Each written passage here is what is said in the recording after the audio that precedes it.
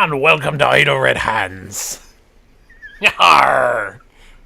Loyal's so into it. He's actually smiling. So, yeah. I'm Captain Chris.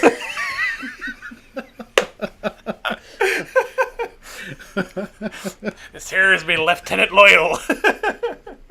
Wouldn't it be your first mate? No. No, I haven't promoted you yet. This is going to be rough. Hi, everybody. Welcome to Idle Red Hands. I'm Chris. And you're just drinking Fanta. Like, what is this? What? No excuse. Well, come on. You can't have fun with a pirate voice. Obviously not. That's why the campaign fell apart. Oh, yeah. That's my Your lack fault. of a... Come on, I'll do a pirate voice. Oh, that's it. Your fault and your regular R's. No. So, welcome to part 2 of our campaign confessions, talking about Chris's D&D 5e pirate campaign. Can anybody guess what it was about yet? No. It'd be funny if they couldn't. They're like, what is he Wait, doing? Is that Australian or something? Yeah, what is he has a stroke? They did a stroke campaign? It's clipping so hard, it's just going to be distortion for like 3 seconds at the beginning. I'm going to peg leg because I can't feel my left side. Yep, so I mean, we're going to talk about how to run a pirate campaign, but also there was some collaborative world building involved here.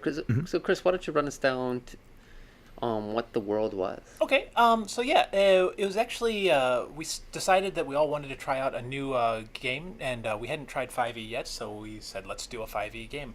So I didn't really have any ideas to start off with, because it was more just a discussion of let's play rather than what we wanted to.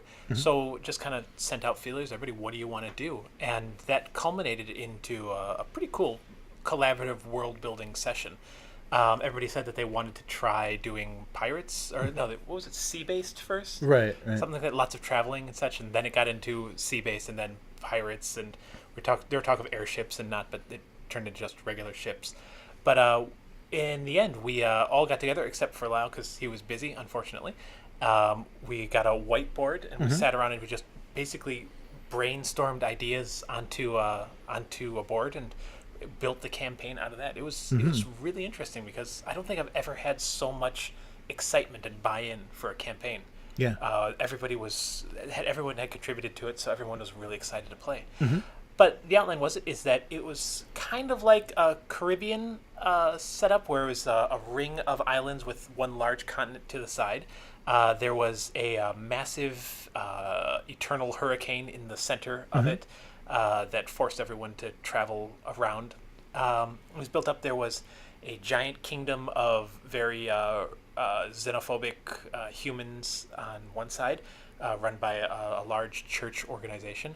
And the other side was loosely held confederacy of pirate lands and other races that were fighting against the humans for it. The characters joined up with the pirates from the beginning after a quick adventure and escape from the human kingdom. And we sailed the 7 seas, even though there was only one. So we sailed the 1 sea around there, and it was fun, yes. I hope. And the orcs were blue. That was my contribution. Yes, that's right. To the south, there was a large island that had been taken over by orcs. It was a very Warhammer-style orc, where it was kind of marauding, rampaging tribes, very barbaric, of which he was, well, half of one. Half of one. Half orc. But yeah, he came with them being blue. They were blue. Yeah.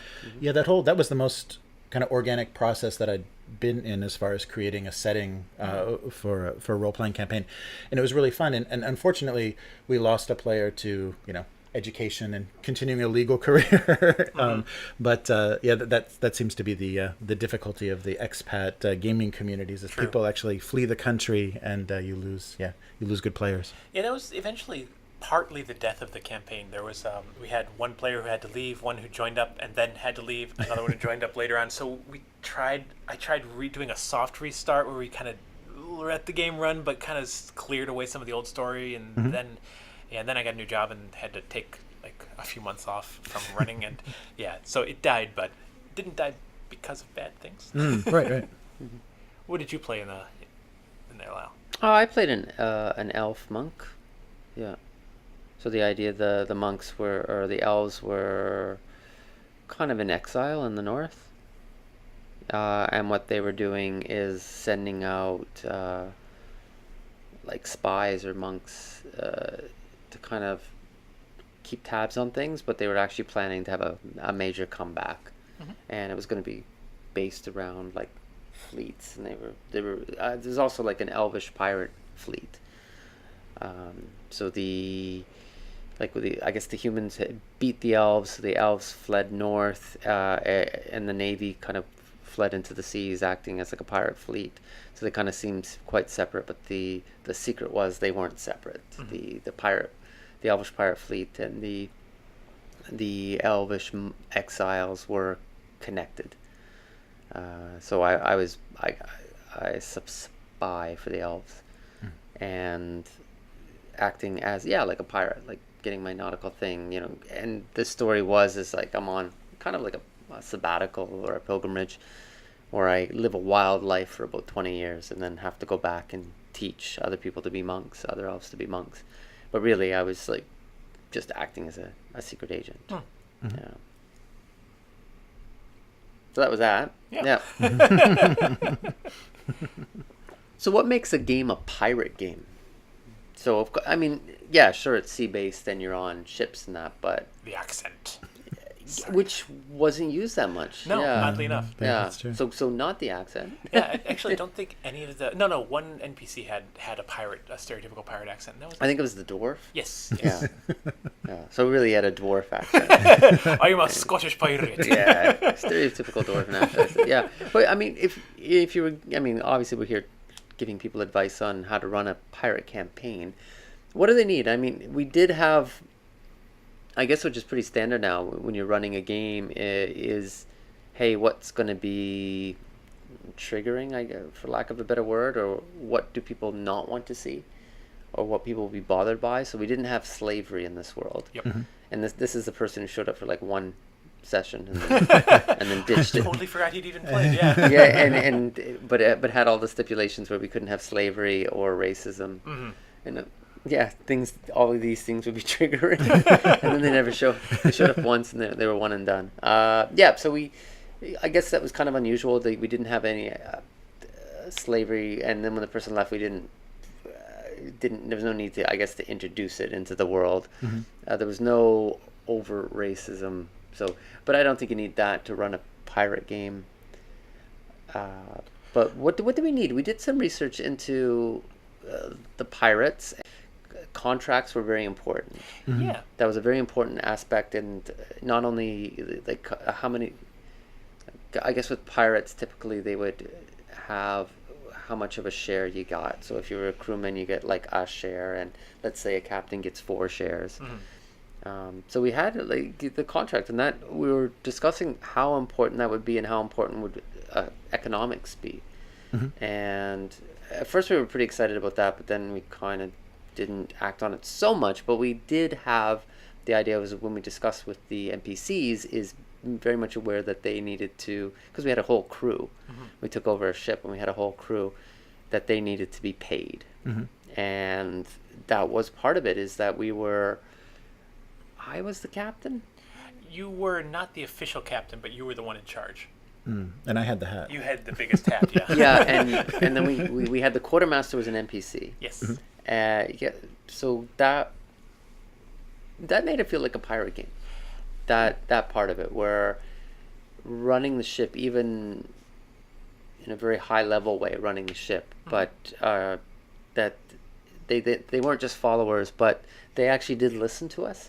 But they listened to us because of a certain thing, and is that when we had to think of missions, and if it was going to involve them, that we had to give them some incentive to participate, because pirates are free men and women to a large extent. So, another part of it was travel as well. Yes. There had to be some feeling of being on the ocean for it, and I had a system worked out for it, but we never actually got to the point where we used it. So, I don't think that part carried at all. Yeah, I had a lot of ships from a game, I think called Pirates, but they were. It was kind of neat where you bought like a little package, almost like a card package, and they were actually the ships were on cards, and you punched them out and then built them. So we would have had a bunch of ships in which to do naval combat. Yeah, but we never really got involved. I think the one chance we had, we fled. Yes. Well, which was a good choice. It was a big enemy, like man of war. Right. Yeah. Right. Yeah, but I liked how you handled that, especially with the geography. When we were plotting courses, there is the very dangerous but shorter route, and then the longer. I mean, I think that worked really well in thinking about sea travel and kind of the endurance and the kind of the wear and tear it would take on the party. Yeah. Just so everyone knows what it was. So basically imagine that it was a circular map with a ring of islands around the side, and then ocean center, and then the center was the large hurricane. So the way it was is the closer you traveled to the hurricane, the more dangerous it was, the higher you had to roll difficulty skill to go through it. But of course you were both closer to the center, so a smaller radius to travel around, and there was higher wind speeds, so you could travel faster. The way I had planned it was that each time the players would go on a sailing trip, it would be skill challenge right on Old 4E, where the players try and nominate different skills, roll, and the number of successful skill rolls they have versus the number of failures of skill rolls they have. That's would determine whether they get into some kind of ship wreck or ship encounter or something like that on the way to their destination. Nice. And if you still have that map, we can actually put that up on the video and show people exactly why you were describing it. It's on my Google, so we'll do it. Oh, nice. So that was that. And another aspect I think people should consider when they're making a pirate campaign is the idea of like pirate councils, some sort of relationship, or I mean, this gets back into the where was it? Nassau? Was Nassau with the pirate captain? Oh, yeah. I'm drawing a blank on the city's name. Nassau, I think. Well, whether or not I'm pronouncing it correctly or not, it's whether or not that was the actual city, but like a pirate community. Right. And we see that you watch Pirates of the Caribbean, or you watch Black Sails, which was one of the inspirations for the pirate campaign. So there was a pirate island, yes. I'll say, and there were like pirate captains that formed the council. So that was interesting because it added a certain aspect of politics to the game that still felt very pirate related. Right.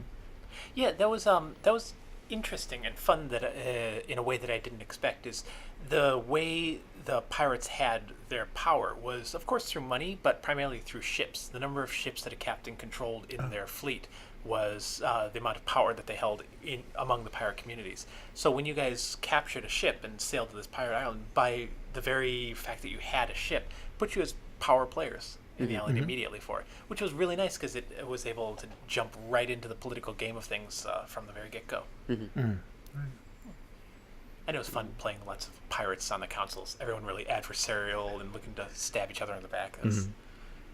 That was fun. Yeah, I guess one thing just people be cautious of is when you do that, because there is a lot of intrigue involved. Everybody's like a pirate council. It's not like there are good guys and bad guys. They're all bad guys. Where it's very clear like which NPCs should follow. So if you were a game master running that, you have to be aware that the players are going to be very paranoid about who you're going to trust. So if your game is hinged on identify which one is the good NPC and establish a relationship with them and an alliance, and then follow what they say or work with them, it could actually break down because they might not know who the good NPC is, and then you might be forced to like be very ham-fisted or very obvious about things. So it is not a white hat black hat kind of game. So yeah, and make sure you have players that are going to be interested in that kind of intrigue or paranoia and would get off on that instead of being frustrated by, I don't really know who the good guys are, so I'm going to, because oftentimes players can go, so I'm going to trust none of them and I'm going to work with none of them and we'll go off and do our own thing. Which I think there was a point in the game where we were kind of stumped of what to do because we weren't really sure who to trust, and it was getting to the point. Well, let's just go do something else and kind of create our own thing. And we've had moments like that in other games. I mean, Changeling was one where we couldn't really wrap our heads around the politics of the world or that particular city. So the idea was, we actually had a viable plan. It's like, we got a car, and it's like, let's go do something entirely different. And only through like metagaming going, we're screwing over the storyteller, did we stay there and like, all right, let's try to play ball. Right. Even though our characters had come to the decision is like, we don't want to be here. We want to, let's go do this thing that's related to this character. Right. And we kind of reached that point, and then something happened, so we had a breakthrough. So yeah, the game master really has to watch that when you have the web, the Byzantinian web of conspiracies is like, that's fantastic, and the players might not like it. Yeah, that was I had 3 plus 1 rather undeveloped ideas for Plotlines. Yeah. Where I figured you guys, and there were the elves who were trying. There was a group of not renegade. What I'm trying to think. A group of elves who were trying to bring the elvish people back into power. The giant hurricane in the center of the map, that was actually an island that was the old elven homeworld, and they had all of their like old artifacts and stuff in there. So they wanted to try and break into that as one. The other one was the half orcs who were trying to organize the orcish forces. Thank you. To build an army and to take over all of that, and then take over the rest of the ring. There were the dwarven pirates who were controlled by a beholder, and they were like the most evil, horrible people. But you could have gone with them for sure. I was gonna have so much fun with that because I wanted to make all of those pirates in the group wear an eye patch because the beholder was really egotistical, so he demanded everyone else also have only one eye. I love it. Yeah, and then of course there was also the human kingdoms, but they were extremely powerful. They were supposed to be a big antagonist, so I didn't expect you guys to go up against them, but that was also an option. But that one I hadn't really developed much. So, yeah, but I think you're right. Jeremy's character, being a half-orc, he made contact with the Orcish Crusade. Right. And that was an option. Lyle's character, being an elf, had made contact with the elves as well, and was investigating them to decide what to do. Jackson's character, I don't remember which one. He was a half elf, so I think he was kind of on the elven side, but I don't remember. I think he was more involved with the elves. Yeah, I mean, got to a point towards the when we finished where I think we were leaning towards going towards the elven. That's what I was feeling. The elven adventure hook, but yeah, there was a point where I was like, well, which one should we do? Yeah. Yes. Yeah. And we just didn't know. But it's interesting that the guys gotten really into the pirate mood, where a lot of the consideration wasn't on what's going to save the world or what's best for it, is where do we make money. Right. And part of it was, it wasn't so much from a greedy aspect. It was because we run a ship. We have to maintain these balances, or we'll be stuck somewhere. Yeah, I mean, it's funny. Again, it gets back to the economics of the pirate world, which is, I mean, if you watch something like Black Sails, I mean, that is, a big aspect of it. But yeah, ships are expensive. They are. So, yeah, and how to run a ship and how to feed and supply the ship and that. And I think it adds something to a game instead of just collecting money. And, I mean, well, that Matt Colville made a lot of money having a book to say, here's what you can spend your money on. No, I'm just saying, it's like, because people are like accumulating all this wealth, and it's like, well, what do we do with it? And it's like, wow, I can buy this book and tell me to buy a stronghold. But here it's like, with the pirate thing, there's never really any question of what are you going to do with your wealth, because hey, well, you know what you're going to do with it. And it also provides you with a little bit of impetus or motivation to constantly keep moving. Yeah. Because you need to keep making money. Because we didn't have elaborate rules, but we did talk about morale and how if we wanted to have extra rules and what those rules would be with a crew and maintaining the morale. And if this happens, if the morale goes down, we pretty much just role played it. But I mean, you certainly could work that in. That's something that I was really looking forward to getting into in the campaign, because after they'd all stolen the ship and went to the pirate town, then they had to crew it up. It was with only an absolute minimum crew when they arrived at the island.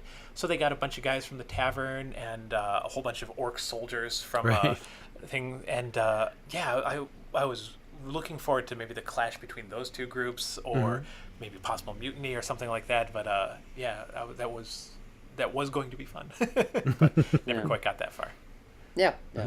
But I wonder if it might have been better to have gone completely sandbox with it, to not have any plot lines and just let you guys go and encounter and do what you will. Because, like you said, the economy there, both in the human resources of the crew and non-humans as well, and the economics of it, I wonder if it's more conducive to just kind of follow the wealth, or to be a pirate and steal from other people.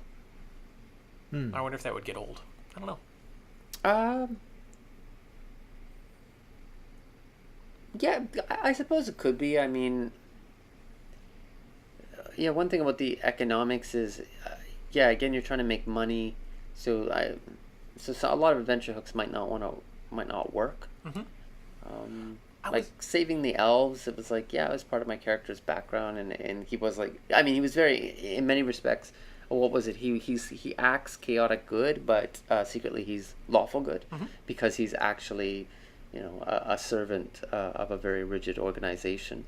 So I mean, and he was high up, so he could control things in that respect. So, but that's kind of like making it that person's story.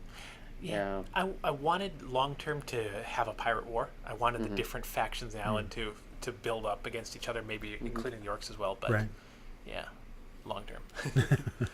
Yeah, I think probably what I would recommend if people were doing it is until people find their legs, their sea legs. Have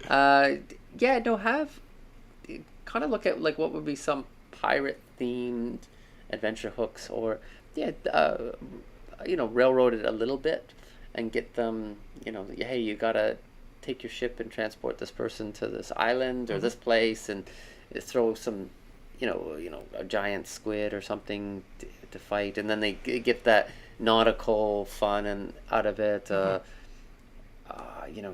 underwater city or stuff like that. I think it's in the beginning to do that, and then once the players get certain high level and have a certain reputation, is like then let them make a lot more decisions, and maybe they have a better idea of how to manage the crew and that. But just throw it in, even if they are experienced role players, is they might not know what they really want to do.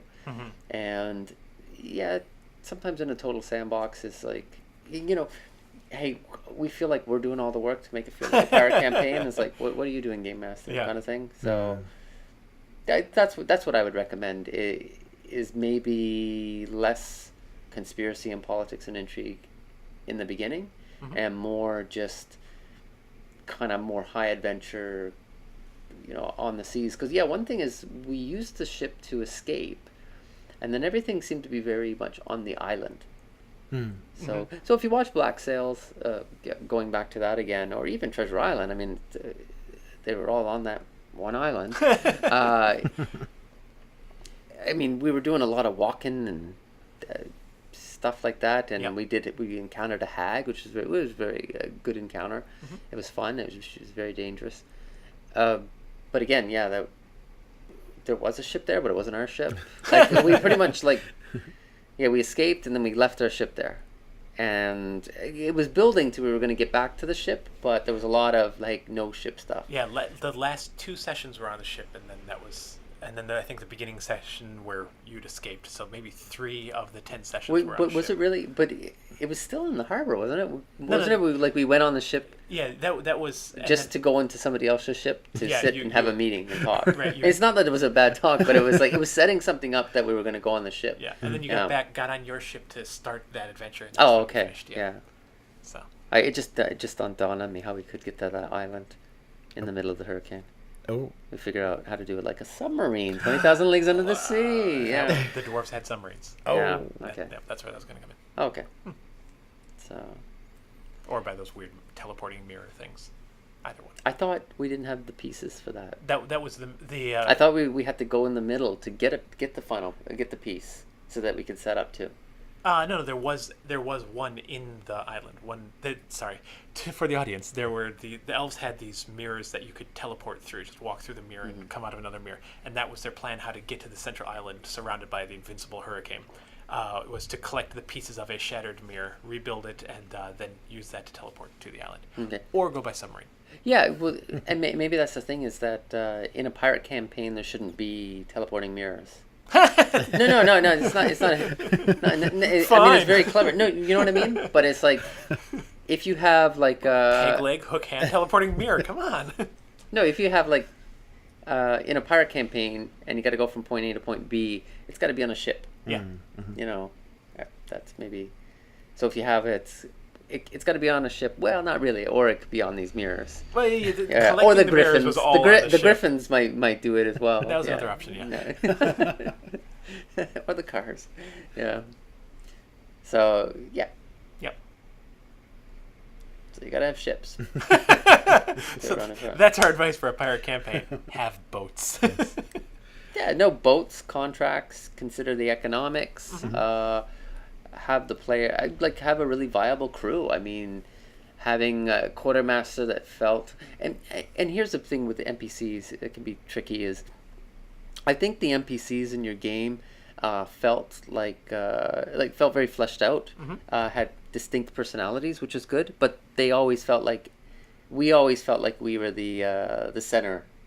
It was like it was our story. And I think it's a balancing act that people can, game masters have to walk, is creating fully realized NPCs, but they're not the star of the show. It's the PCs. Right. Yeah, and you got to be careful is you don't make them, you have a crew. It's smart. The quartermaster is the kind of person that should be an NPC, unless you got a player that really gets off on, how much, how much fresh water do we have, and tack we have, and salted beef.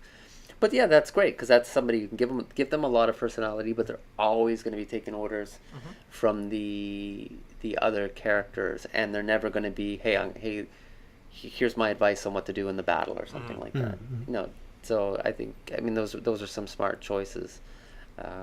Because pirates are very independent, you can have a very strong NPCs on the council because they're not our lords per se. So it's not like you go into a kingdom and you gotta kowtow to the king, and you don't really feel like you have any agency because you're just listening to what the king's telling you to do. There, it's everything is a negotiation, and it's well, we want you to do this. We can provide you with this in order to do that. So that's good as well. And I think that's an advantage of a pirate campaign. Right. Is you have that opportunity to have really colorful NPCs without the players feeling like they're being they're second fiddle to them. Yeah. Yeah. And really colorful NPCs as well. You can go with big hats and feathers. Yar. Tortuga, is that the pirate island that you were thinking of? Not Nassau. That's Pirates of the Caribbean. Nassau might have been the British government seat in the Caribbean. Right. Yeah, but there's actually I don't know that name's not familiar. Okay. I think that's Pirates of the Caribbean. That's the. Yeah, no, because Black Sails is a prequel to Treasure Island, but it's grounded in the reality, the golden age of piracy. There are way too many games titled Pirate Island. I can't find the name of it on my phone. Yeah, but the idea is there's an independent thing. I think people get that. Right. Yeah, but it is surprising what is not so important. It doesn't matter. You don't have to be mutilated. Or have one eye or a peg leg. You can get there if you try hard enough. Oh, we did have guns. Yes, yeah, we right. had guns. And I think that added something. We had cannons and pistols, and that, even though it was a fantasy setting, we had that. And I would have had a harder time buying into the pirate thing if I just had ballistas. Ballistas. Ballistas. Ballistas. ballistas. The giant arrows. Yeah, the giant crossbows, and like catapults or things like that. Like, sure, there were pirates way back in the ancient Greece and ancient Egypt and that. Like, pirates have been around as long as people have been sailing on the waters. But you kind of think of the golden age of piracy and what they had. Right. And they had cannons and they had pistols. I think it's almost a necessity to have those in a fantasy pirate campaign, because otherwise there's no point of having ballistas or ballistas or whatever they're called on a ship, because magic just takes everything else out. Right. The human culture, the reason that they were so powerful is that the god of light, and I forget the name that I gave him, but in the D&D system, the patron of light, their clerics get powers like sunbeam and start fires and things like that, so they can set a ship on fire at quite long distances. And if you have that power versus someone who doesn't, there's just no comparison there. So I think something like cannon are a good equalizer for that kind of power in a fantasy setting. Well, we did have it where, in addition to like your quartermaster, your first mate, and that, people also would employ, or the ship's doctor, they would employ a wizard, and that helps them avoid getting becalmed or something like that. They would have like wind powers to keep the sails moving. Yeah. One thing that we never actually incorporated into the game, but I wanted to, was to give each ship some kind of blessing or some kind of magical ability for it. So it could travel a little bit faster, generate its own wind or something like that. So it's, it could have been like runes or something, and the dwarves like carve it on. A ship is a really big investment, something. So it's something you'd want to put some magic into as well if you could. But didn't quite get there. Pimp my ship. Magic pimp my ship. Yeah. So I guess to sum up our advice on how to run a pirate campaign is have a ship. Yeah, ship. Definitely consider incorporating the economics. Which is both money and people for crews. Yeah. Guns, oddly enough, sounds like a very small thing, but cannon. Yeah, and I think inspiration, like, looking in popular culture and finding a pirate setting that everybody can relate to and understand, so it kind of keeps a frame of reference for everybody. Because I think Black Sails worked well because, we were thinking, the pirate island is the center of this, and that's where we're going to get our work. Yeah. That's where the council is, Yeah, I mean, that was good, because not only do you see, I mean, they had some good, I think Pirates of the Caribbean had, like, really good, like, on the water scenes, but Black Sails shows you how much stuff can go on within on the island, and also how like a pirate community relates to the other communities. Yeah, that was something I actually wasn't able to find. I looked up a lot of the pirate ship contracts, the rules of a ship and what shares that people get. I wasn't able to find any pirate town contracts, or even if there was such a thing. I don't know. I even went to an online forum of like people, ship enthusiasts, and I asked, does anybody know were there did pirate contracts extend into towns, or was it called off? I don't know. Well, the contracts were like to deal with like the crews and that. Right. I think they would form like a council, and it's like people's would bring power, and I guess they would have an elections. They were fairly democratic for their time. Yeah, so they had that.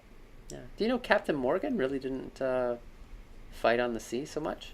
I didn't know that. No, his trick was to like land, like he was just a very effective land fighter. Oh. Yeah. And rum drinker. Yeah. Weren't they all?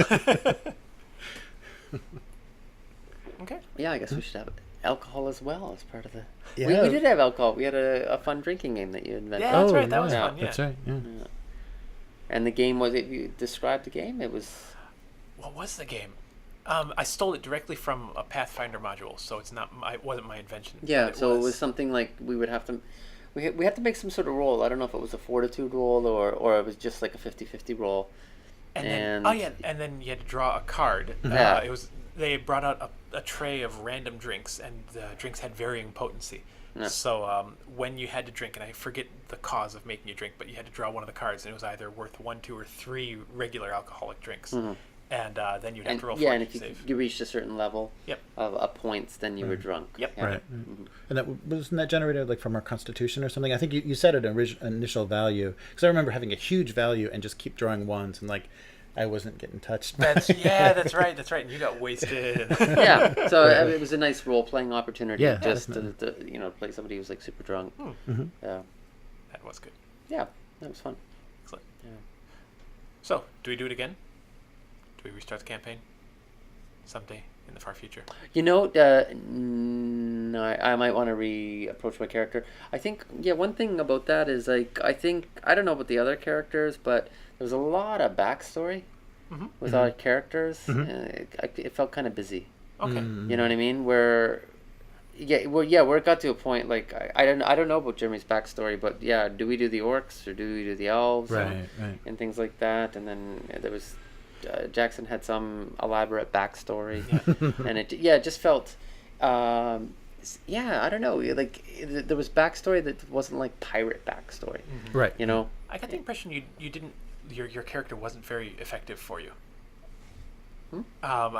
When we went through a combat, I remember you a lot of hand throwing,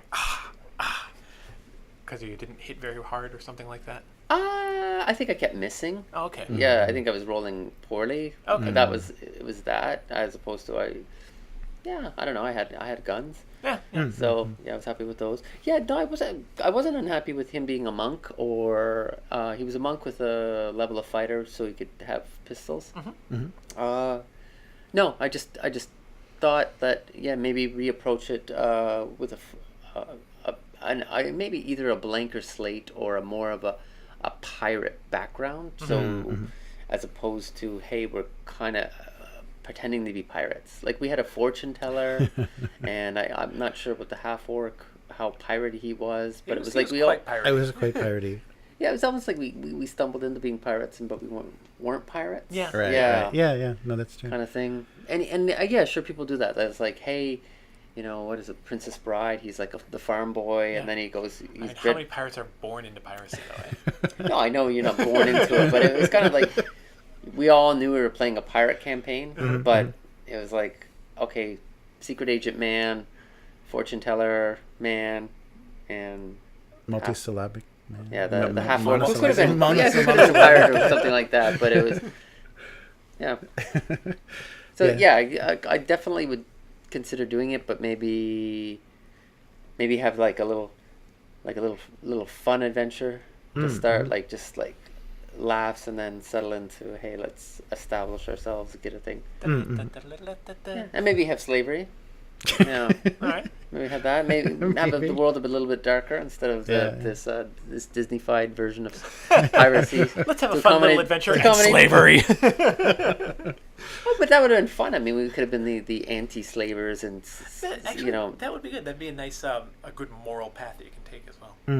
Yeah, like freeing the slaves and then adding them to our Own slaves. Yeah, and also not having the racism, and again, he's like, oh, geez, I really missed the racism in all our other games. But one thing about the pirates is that, and we didn't have that, is at the time there was slavery, and at the time there was there still is racism, but the racism was a big part. But like the pirate communities, like people. You had escaped slaves, and people were treated probably not completely equally, but more equally than out the rest of the world. So it felt like a freer thing. But then if everything was kind of not bland, I'm not saying it was bland, but everything is kind of the same. Hey, there's no slaves anywhere, so the pirate community feels less special. Or hey, there's no racism anywhere, so the pirate community feels less special. And like that was. For me, that was an attractive part of the pirate community. Is like, there was also no sexism in this world. Again, I really want my sexism, but then having a powerful females in the pirate community was not special. Right. You know what I mean? And I can certainly understand why people would not want that, because you have female players or people playing female characters. They don't want to be second-class citizens. Or you have slaves in your group or something, and they don't. Right. Right. Yeah, absolutely.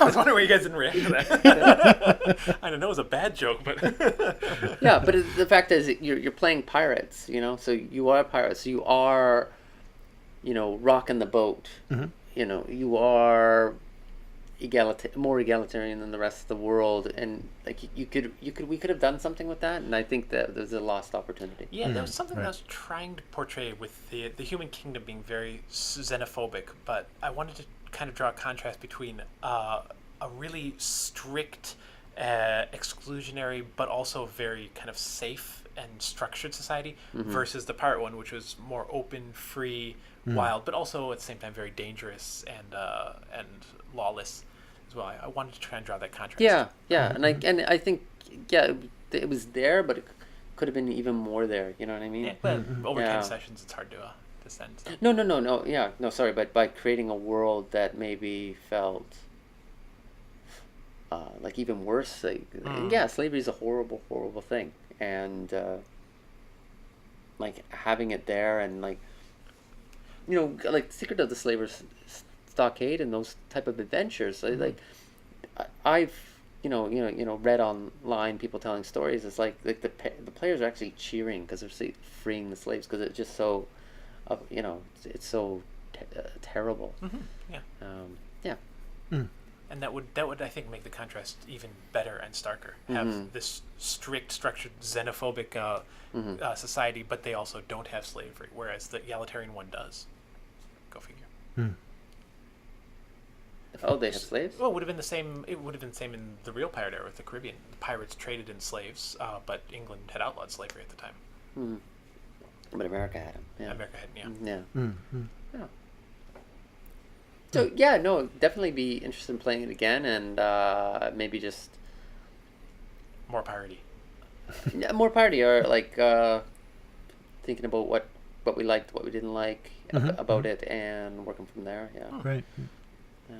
And I think the collaborative world building gave me a real connection to that setting, and I definitely want to revisit that because that was such a fun process. It and really was. Yeah, very original. We should do it live. Yeah, that would be a fun thing to do, is kind of show that process, and then play, play in that process, I would certainly incorporate that into any, like any type of game. Absolutely. Right, right. Like, Yeah. it would be fun to do that, like science fiction, like building, and then all the choices that you would make in creating a science fiction world. I want to do that. Yeah. Like, are we gonna do like near future, far future, Right, kind of right. thing, and like, Yeah, and I think for any setting that, because originally when pirates were suggested, I'm like, okay, pirates, but then when we built the world, I'm like, wow, this is interesting pirates. This is unique and feels original. So there weren't things that I was just dreading or not interested in, but it felt very, felt very nice. Cool.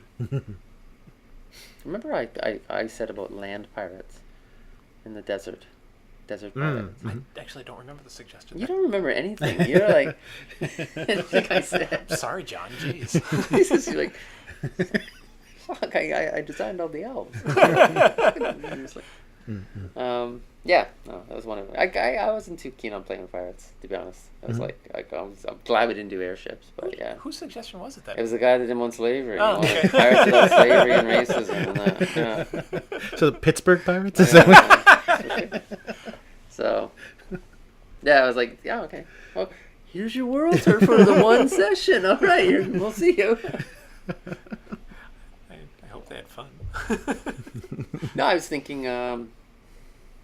No, I think desert was one of the options and That'd stuff be like pretty that. fun. Yeah, but yeah, I think when you're doing a collaboration, I mean, there's two approaches you could do. It's just like going, like really grounding it, and it's like let's say the science fiction one, and you go, okay, it's gonna be like space opera, and then go from there, or go back up, and it's like, okay, let's from the beginning, what do we want to do? Are we going into space, or is it science fiction, like staying on the world? And Right.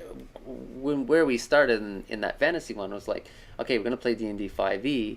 What is it? And there was gonna be, I think desert was one. I think my initial contribution was just, I felt like in an exploring mood, and where the environment maybe mattered. Yeah, of course, you don't remember. I totally remember that. Yeah. And it was like desert came up or something, like kind of a dark sunny thing, and pirates came up and things like that. Yeah. And then I remember the toys, air raiders. Yes. Power that's in the air raiders. Oh, and wasn't Pirates of Wind. Yes. Fighting for air Right. against the Pirates of Wind. And I wasn't it's not. I don't remember that. I don't know that. Oh, okay. But I do remember the Dark Sun. They had those desert ships. Those are really cool. They're these giant boats, these huge wheels on the side and sails. Yeah, see, I'd never played something like that, like with the desert ship, so I was kind of leaning towards that, thinking more like a Mad Max kind of thing. Right. But we ended up with pirates, and I had seen Black Sails, and I really enjoyed it. So I actually think Pirates of Darkwater, that cartoon, the kind of Saturday morning cartoon, was the original the reason name. that they said because I think the one session character recommended Pirates of Darkwater. There was a YouTube... they were watching Black Sails at the time. Oh, it was Black Sails. Yeah, There was a big... it might have been Pirates of Darkwater as well, but I know they were watching Black Yeah, Sails. the character and came directly from Black Sails. yes, it was the Guy with the Captain mustache. Jack. Captain Jack was. Oh, the guy, right, yeah. right. And That's they actually right. designed a character that was that Right. person, Right. and I ended up having to play them as a secondary It character. was one of those characters just kind of faded in the No, well, background. the person happened to the character happened to be, was a bit of a marksman, so I could just go, okay, go to the crow's nest, and you're going to be the sharpshooter. Yes. Yeah. And then just okay, I'll roll. Does he hit? Okay. Right. And then they stayed on the ship the whole time. Okay, you're gonna sleep now on the ship. Yeah. So. Still the crow's nest? Yeah. All right, yeah. So I hope you got some advice on. Well, you got some good tips on how to run a pirate campaign, or whether or not a pirate campaign is for you. Yeah. All right. All right. Okay. Goodbye. Goodbye. You have to bookend it. Well, thanks for joining us. And that ends our campaign confessions for D&D 5.8. Bye. Bye. Bye.